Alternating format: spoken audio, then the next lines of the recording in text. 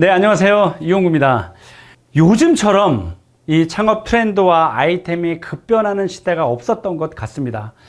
이번 시간에는 급변하는 창업 트렌드와 유망 창업 아이템에 대해서 알아보도록 하겠습니다. 특히나 좀 빅데이터 가지고 여러분들께 말씀을 드릴 텐데요. 이 빅데이터가 굉장히 유의미한 또 숫자들이니까 잘 보시길 바라겠습니다. 자, 세상이 완전히 변했어요.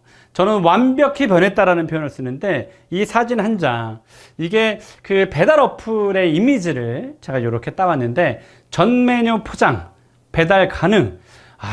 사실 무서운 글귀입니다. 왜냐면 기존에 배달을 하지 않았던 그런 업체들은 배달을 할 수밖에 없는 상황에 이르렀고, 그러다 보니 전부 다 배달 시장을 뛰어들어서 배달이 굉장히 좋은 아이템 같지만 많은 숫자의 그 업체들이 뛰어들면서 이제는 정말 나눠 먹는, 진짜 정말 피 튀기는 경쟁을 하고 있다는 것도, 치열한 경쟁을 하고 있다는 것도 여러분들이 좀 아셔야 될 필요가 있습니다. 그러니까 배달을 하니까 배달이 잘 된다더라가 아니고요, 어쩔 수 없이 배달을 할 수밖에 없다라는 것을 여러분들이 해석하셔야 될 것 같습니다.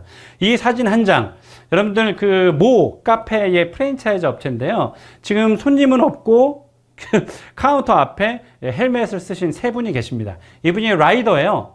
지금 커피 1,500원짜리를 배달시켜 먹는 시대입니다.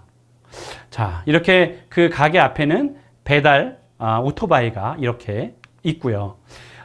스타벅스도 이제는 어쩔 수 없습니다. 그런 카페에서 죄다 거기다 배달을 하니까 스타벅스, 그 자존심 센 스타벅스도 배달을 하기 시작했습니다. 이 사진 한 장이 이제는 장사를 하시는 분들, 또 사업하시는 분들은 배달을 하지 않으면 안 된다라는 그런 사진의 한 장입니다. 자, 이 사진은 뭐냐면 SBS에서 그 KT에서 조사한 것을 보도를 했는데요. 휴대전화 기지국을 통한 해당 지역에 머문 생활 인구 수입니다. 2019년 대비 2020년도가 상권의 유동인구가 어떻게 변했는지를 본 건데요. 2020년이 2019년에 대비해서 홍대는 42.9% 감소하고 종로, 가로수길, 이태원 거의 절반 가까이 이렇게 감소된 곳도 있고요. 이태원에는 20대가 58%가 사라졌습니다. 반면에 속리단길 주택가 상권은 증가했다라는 이런 보도를 했습니다. 최근에 그래서 이 창업 트렌드와 이런 아이템들이 주택가를 겨냥한 그런 아이템들이 계속 나타나고 있는 현실입니다. 실제로 시내 중심가는 굉장히 임대료가 높지만 속리단길이나 이런 주택가는 6분의 1 정도의 임대료밖에 안 된다라는 점도 이렇게 보도를 하고 있습니다. 자, 이거는 지능정보 서비스 이용 현황인데요. 지금 12개 항목을 가지고 방송통신위원회에서 설문조사를 했는데요. 여러분 이 페이지를 캡처를 해서 공부 한번 해보시길 바랍니다. 휴대폰을 사용하는 인구가 굉장히 많아졌다는 뜻으로 해석하시면 됩니다. 그래서 휴대폰 안에 있는 배달 어플이라든지 그리고 인터넷 업체라든지 이런 것들이 잘 될 수밖에 없다라는 거. 그래서 세상은 창업 트렌드가 엄청나게 뒤바뀌고 있다는 것을 이 한눈으로 보실 수 있습니다. 자, 창업 환경 주요 키워드를 볼까요? 이 키워드만 여러분들이 아셔도 앞으로 어떻게 아이템을 설계해야 되는지 힌트를 얻으실 수 있습니다. 최저임금 인상은 크던 적던 올라가고 있는 상황이고요. 고정비는 그래서 증가하고 있고 수익률은 떨어질 수밖에 없습니다. 상가 공시는 확대되고 있고 로봇과 무인 시스템 때문에 고용은 감소되고 있는 상황이고요. 상권은 분산되고 있는 상황입니다. 그래서 사람들이 자영업자분들이 월세가 높은 그런 도심에서 벗어나려고 하는 그런 노력들을 기울이고 있고요. 실제로 그래서 외부에서는 베이커리 카페를 외곽으로 가서 소비자들은 자동차를 타고 바람을 쐬면서 그 빵 하나를 먹기 위해서 저 시골이나 외곽으로 빠지는 그런 손님들이 굉장히 많아졌습니다. 자, 1인 가구, 결혼하지 않는 분들 많아지면서 또 혼자 살고 둘이 사는 가족들로 인해서 배달을 시켜 먹고 밀키트 아이템을 사서 해먹는 분들이 굉장히 많아졌고요. 그리고 편의점 규모는 확대가 되고 있습니다. 크기가 커질 수밖에 없죠. 왜냐하면 밀키트나 HMR 상품들이 발전이 되면서 편의점에 깔아야 될 공간이 필요하게 되죠. 그래서 편의점 규모는 확대될 수밖에 없습니다. 역시 배달 수요는 증가하게 되고요. 집에서 휴대폰으로 뭐 무나 아니면 뭐 이런 수박 한 통을 시켜도 직접 집 앞에까지 배달하는 그런 대형 온라인 쇼핑몰이 잘 될 수밖에 없습니다. 자, 코로나 바이러스가 우리 자영업자분들을 괴롭히고 있는 상황입니다. 그럼에도 불구하고 프랜차이즈 브랜드는 2021년 7월 28일 기준으로 8,081개가 됐습니다. 이게 그 지난해, 그러니까 2020년 연말에는 7,094개였는데 무려 1,000개 가까이 늘어난 숫자입니다. 경기가 어려운데도 불구하고 무점포 창업이라든지 아니면 뭐 배달 창업이라든지 이런 밀키트 창업이라든지 새로운 창업 아이템들이 사업자 등록을 하면서 프랜차이즈 브랜드 수는 상상 이상으로 코로나 이전보다도 빠른 속도로 증가하고 있는 상황입니다. 코로나 기간 동안 1,700개가 늘어났고요. 자, 이 도표는 여러분들이 우리나라 외식업, 서비스업, 도소매업의 비율을 알 수 있는 표인데요.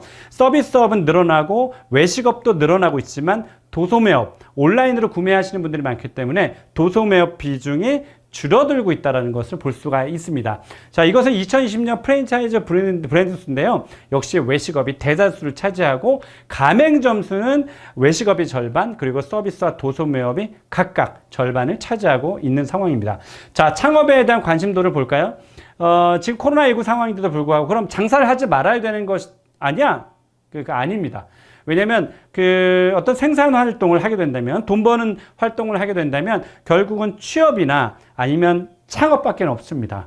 그런데 재취업이 되지 않으니까 이 창업에 대한 관심은 어쩔 수 없이 계속 지속이 될 수밖에 없습니다. 그래서 이게 네이버 네이버 1년 키워드 검색량인데요. 초록색이 그 모바일 검색량인데 등락폭은 있지만 1년 전과 1년 후를 보시면 그 꼭지점이 똑같습니다. 그래서 창업에 대한 관심은 코로나19 상황에도 계속 지속되고 있다는 걸 볼 수 있고요. 프랜차이즈도 마찬가지입니다.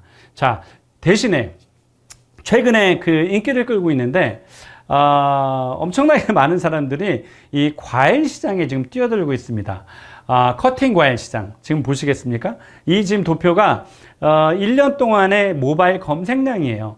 급격하게 우상향되는 것을 볼 수 있고요. 과일뿐만이 아닙니다. 몸에 좋은 샐러드도 관심이 이렇게 지속적으로 증가하고 있는 상황입니다. 샐러드 창업은 더 심합니다.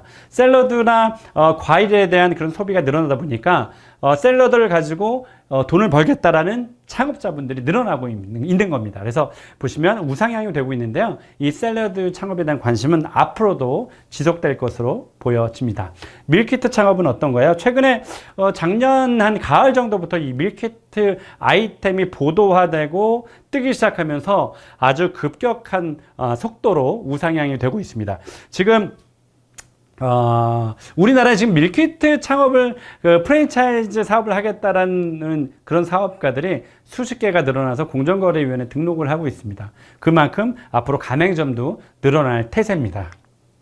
자, 이 트렌드를 이제 구체적으로 볼까요? 배달, HMR과 밀키트 상품이 뜨고 있습니다. 배달 트렌드가 지금 뭐 어마어마한 속도인데요. 자, 우리가 요 표를 하나 볼게요. 우리가 외식에 대한 연관어를 좀 빅데이터로 보면 우리 지금 트렌드, 소비 트렌드가 어떻게 변하고 있어서 창업 트렌드를 어떻게 가야 될지를 이 빅데이터 이 한눈에 볼 수 있는데요.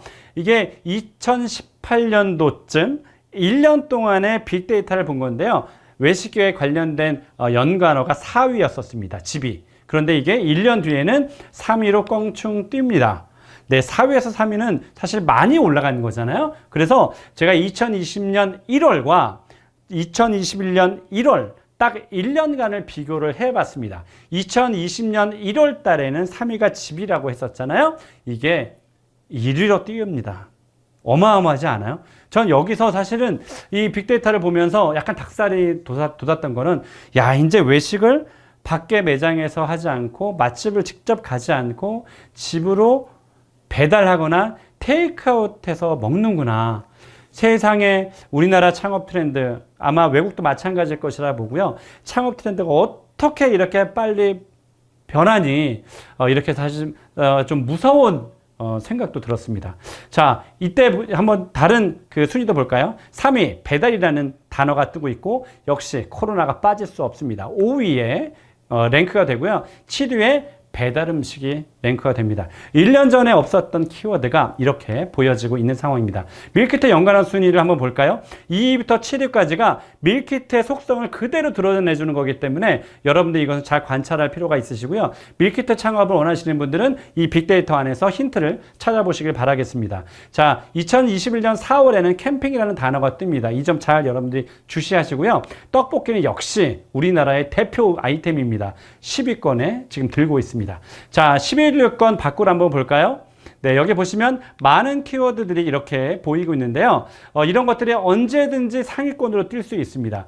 코로나19와 아주 밀접한 연관이 된 키워드이기 때문에 여러분들이 잘 살펴볼 필요가 있습니다. 이 마지막에 18위에 랭크되어 있는 키워드를 보고 계시나요?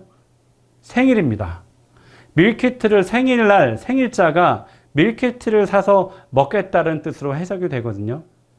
세상은 이렇게 과거 10년과 20년 전과 너무 많이 달라졌습니다. 자, 탈도심 비즈니스입니다. 이제 코로나19 때문에 사람이 많이 모이는 밀접한 공간은 가려고 하지 않습니다. 그래서 자연으로 빠지는 분들이 굉장히 많아졌고요.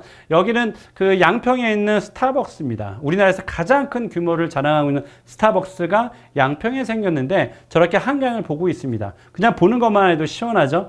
여기 스타벅스는 베이커리, 빵까지 강화를 시켜서 베이커리 카페를 오픈했는데 어마어마하게 많은 사람들, 양평 사람들이 가는 게 아니라 서울 사람들이 양평을 바람 쐬면서 들릴 수 있는, 주식은 아니잖아요. 이렇게 그 디저트로 혹은 그냥 맛집으로 또 가시는 분들도 많고요. 또 앞에 이렇게 강이, 산과 강이 펼쳐지기 때문에 휴식 공간으로 갈 수도 있습니다. 자, 그래서 베이커리 카페는 뜰 수밖에 없는데요. 이 베이커리 카페 도표를 지금 보시면 이것도 네이버 키워드 검색량인데요. 우상향이 되는 것을 볼 수 있죠. 굉장히 무서운 속도로 가고 있습니다.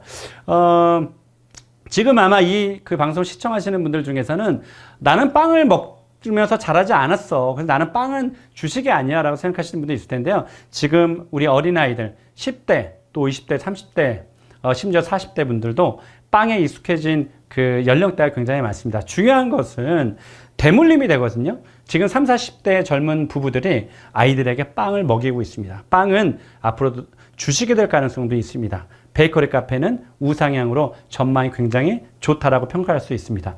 자, 디저트입니다. 디저트도 역시 보시면 소폭이긴 하지만 우상향이 되고 있는데요. 이미 디저트는 자리를 잡고 있는 상황이에요. 지금 검색량 보시면 굉장히 높습니다. 자, 그래서 네이버 검색창에서 베이커리라는 단어를 엔터를 치지도 않고도 베이커리 카페라는 단어만 올려도 각 지역의 베이커리 카페들을 여러분들이 볼 수 있습니다. 그만큼 각 지역에서 베이커리 카페 검색이 굉장히 많다는 뜻으로 해석하시면 될 것 같습니다. 다음은 로봇입니다. 사람이 해야 될 일을 로봇이 대처를 하고 있는 상황인데요. 큰 음식점에서도 이렇게 로봇을 활용하고 있고 커피도 로봇이 내려주고 있습니다. 좀 맛있을까요? 일단 세상은 그렇게 변해가고 있습니다. 자, 무인과 셀프, 언택트, 매장에서 사람이 사라지고 있습니다. 내가 직접 주문하고 직접 배식하고 직접 퇴식하는 음식점들이 많아지고 있고요. 커피도 계산하면 컵과 얼음을 주면 내가 직접 마음에 드는 원두를 골라서 내려 마실 수 있습니다. 이건 무인 카페입니다. 그냥 카페로 얘기해도 될 만큼 굉장히 예쁜 익스테리어인데요. 익스테리어와 인테리어 다 예쁜 이런 카페들이 제 생각에는 늘어날 것으로 보입니다. 왜냐하면 카페는 대부분 10시나 아니면 11시까지 이렇게 하는 곳들도 있는데요. 나머지 시간들, 새벽 시간들은 직접 집에 커피 머신이 있으면 내려 먹을 수도 있지만 그런 게 없는 분들은 집 앞에서 이렇게 무인으로 그냥 뽑아 먹을 수도 있거든요. 그러한 면에서는 원래 임대료는 24시간의 시간을 활용하는 비용을 주는 거기 때문에 저런 남은 시간, 어차피 사람이 여기서 근무하는 게 아니기 때문에 그런 면에서는 여러분들이 잘 한번 고민해 볼 필요도 있고요. 정말 시스템이 좋은 그런 무인 카페가 나오면 활성화될 가능성이 굉장히 높다라고 할 수 있겠습니다. 다음은 스페셜 푸드입니다. 돈을 아끼지 않습니다. 돈을 모아놨다가 한 번에 좋은 거를 먹는 분들이 많아졌어요. 일본 말이긴 하지만 오마카세라는 말은 이미 많은 사람들이 알고 있잖아요. 이 오마카세에 대한 네이버 키워드 검색량도 지금 보시면 아시겠지만 우상향입니다. 가성비 높은 그런 저가 전문점도 잘 되지만 금액이 높아도 우리 이제 소비자는 그 돈을 지불할 수 있는 그런 문화가 됐다는 점에서 아마 의미 있게 여러분들이 평가를 해야 될 것 같습니다. 자, 로컬입니다. 지역에 굉장히 유명한 특산물들, 지금 앞서 말씀드렸다시피 외곽으로 빠지는 인구가 많아졌기 때문에 어떤 한 지역의 특산물을 내가 그 아이템을 잘 발굴해서 사업화시키면 잘 될 가능성이 높습니다. 자, 다음은 마지막 초저가 전문점입니다. 이 초저가 전문점은 대세로 지금 우리 그 창업 트렌드 중에서 배달과 함께 가장 특징 있는 그런 아이템인데요. 서울의 강남 같은 경우는 1인분에 29,000원, 28,000원짜리가 있는데 이거를 12,000원, 13,000원으로 낮춘 그런 아이템들이 지금 확산이 되고 있습니다. 심지어 대창도 그렇게 가격을 낮추고 있고요. 이렇게 파스타도 4,500원짜리가 나와서 인근의 파스타집은 이곳과 또 경쟁할 수밖에 없는 그런 치열한 경쟁이 벌어지고 있는 상황입니다. 지금 대기업에서도 1,900원짜리 이렇게 버거를 내놨을 정도로 너무 치열한 경쟁이 되고 있습니다. 마지막 사진입니다. 여러분들 잘 알고 계시는 이디야인데요. 이디야는 이제 전국에 3,000여 개가 넘어가기 때문에 많은 사람들이 알고 있는 브랜드라서 제가 이렇게 보여드리는 건데요.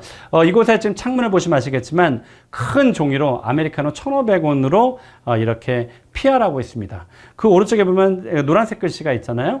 거꾸로 이렇게 영문이 되어 있는데요. 바로 앞집에서 비치고 있는 네온이라서 그렇습니다. 그만큼 가까이 붙어 있다는 뜻인데요. 잘 운영하고 있는 이런 중가 3,200원짜리 아메리카노를 팔고 있는 이 중가 커피 전문점이 1,500원짜리. 가격도 절반 이하네요. 그러다 보니까 직격탄을 맞을 수밖에 없는 거죠. 뭐라고 해야 될까요? 마지막 발악이라고 해야 될까요? 방법이 나오지 않는 거죠. 그래서 똑같은 가격으로 1,500원짜리 이렇게 붙여서 영업을 하고 있습니다. 지금 내렸는지는 모르겠지만 이렇게 이 사진 한 장이 이 초저가 전문점의 창업 트렌드를 잘 대변해주고 있는 사진 한 장이라고 보시면 됩니다. 자, 이렇게 창업 트렌드가 너무 빠른 속도로 코로나로 인해서 변화가 됐는데요. 이 변화하는 트렌드에 여러분들이 잘 공부하고 또 미래를 예측할 수 있다면 성공할 수 있는 확률은 훨씬 더 높아진다라고 볼 수 있겠습니다. 좋은 아이템 잘 발굴해서 성공하시길 바라겠습니다. 고맙습니다.